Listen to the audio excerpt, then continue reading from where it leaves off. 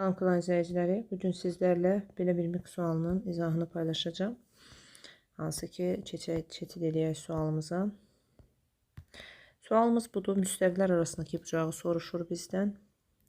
Deməli, ilk öncə gəlin birinci müstəvinin tənliyini yazaq. -8 plus 8x plus 12y minus 7z üstə gəl 9 bərabər 0 tənliyidir. İkinci düz xəttin tənliyi 3x üstə gəlinsin 2y çıx 7 bərabər 0 tənliyidir. Müstəvilər arasında bucağı tapmaq üçün kosinus alfa bərabərdir. Nədən istifadə edirik?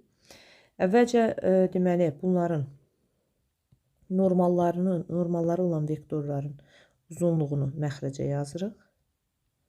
Surətdə isə bu vektorların skalyar hasil, normalları olan vektorların skalyar hasilinin modulunu yazırıq. Gəlin baxaq.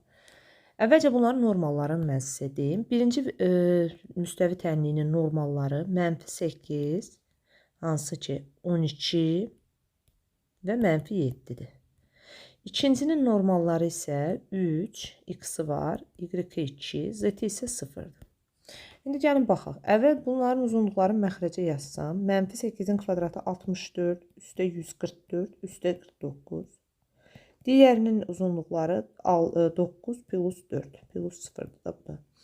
Yuxarıda gəlin görək nə alınacaq. Deməli, skalyar hasil tapıram. -8'i vururam 3'ə.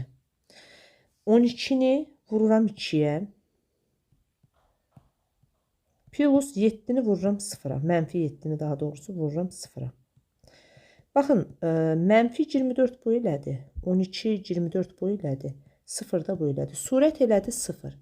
Məxrəcdə hər nə qiymət alsanız da bunların hasili olaraq 0'ı nəyə bölərsəniz cavab elə 0 alacaqsınız. Deməli, bu bucağın kosinusu 0'a bərabərdir. Bəs gəlin düşünək ki, kosinus alfa 0'a harda alır?